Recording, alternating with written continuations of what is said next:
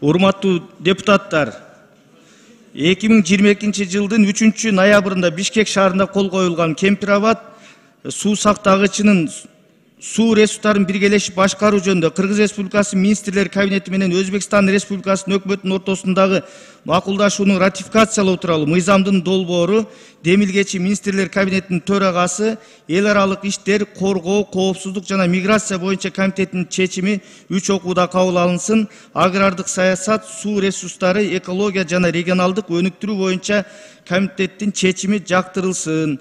Урматтуу депутаттар, аталган мыйзам долбоорун биринчи окууда добушка коем, добуш бериңиздер.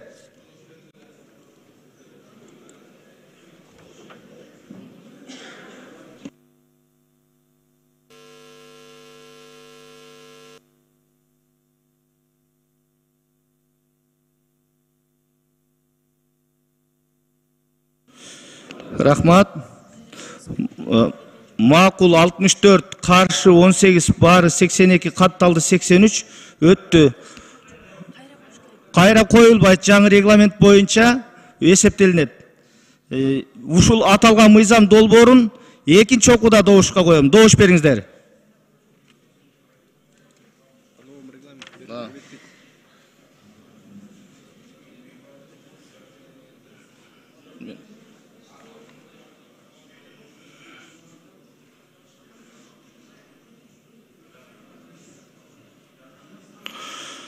Макул 65, каршы 17, баары 82, катталды 83, экинчи окууда кабыл алынды.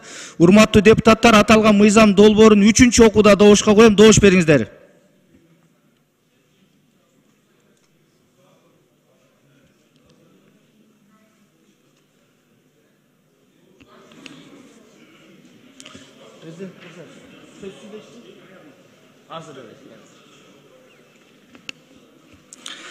Рахмат. Аталган мыйзам долбоору 3-чү окууда кабыл алынды. Макул 65, каршы 18, баары 83, катталды 83.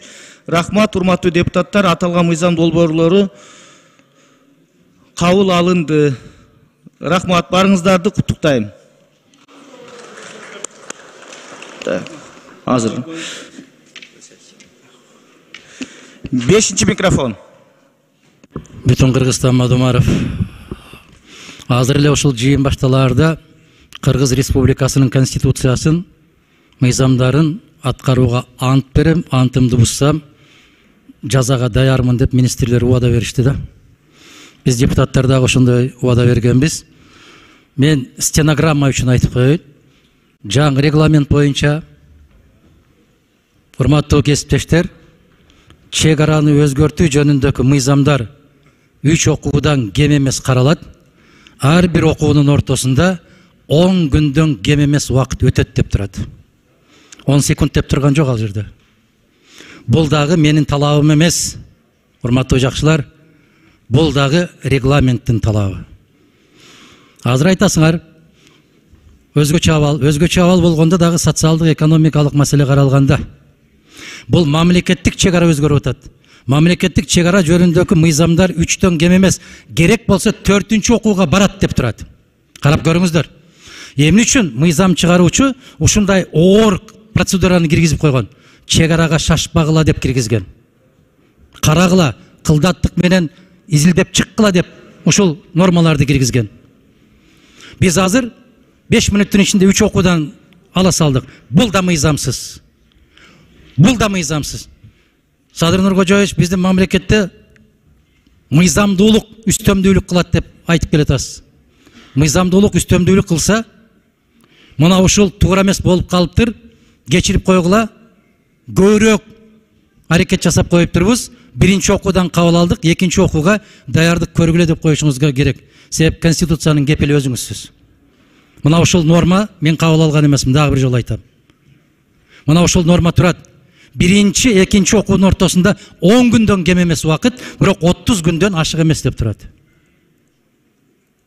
Муну каяка алып барабыз? Буга эмне дейбиз? Кандай кылабыз?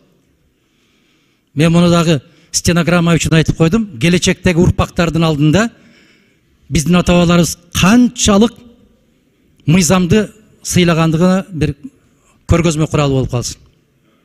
Аман болгула. Анан аягында айтарым. Чегараны чечкендер мен үчүн баатыр деп көп киши айтты. Кытай менен чечип койгон депутаттардын баарына баатыр наамын берүүнү сунуштайм. Казакстан менен анда 105 элек Кытай менен чечкенде, Казакстан менен маселени чечкен, чегараны чечкен 90 депутатка дагы кыргыз эл баатыры деген наамды берип коюшуңуздарды сунуштайм. Аларды тепкилей бербей, кыргыз эл баатыры кылып араңарга кошуп алгыла. Рахмат. Рахмат. Урматтуу депутаттар, албетте бул өтө орчундуу, маанилүү маселе болгондон кийин бул жерде талаш тартыштын болушу мыйзам ченемдүү көрүнүш. Ар ким өзүнүн сөзүн, пикирин, оюн, добушун берүүгө акылуу, баарына жетиштүү түрдө убакыттагы сөз да берилди. Эч ким капа болбош керек деп ойлойм. Ал эми сиз бир аз Адахан Кимсамбаевич менин дарегиме айттыңыз, тиякты биякты карабай, баш чайкаса ошого карап иш кылам. Мен эч кимдин көзүн карабайм, эч кимдин көзүн тиктебейм. Мен конституция менен регламентти гана карайм. Регламенттин талаптарын биз эске алганбыз. Сиз айткан мыйзамсыз деген учурлардын бардыгын биз эске алып, ошонун негизинде алып бардык. Эч кандай мыйзам бузуу болгон жок. Бардыгы регламенттин чегинде болду. Мен муну стенограмма үчүн айтып коеюн.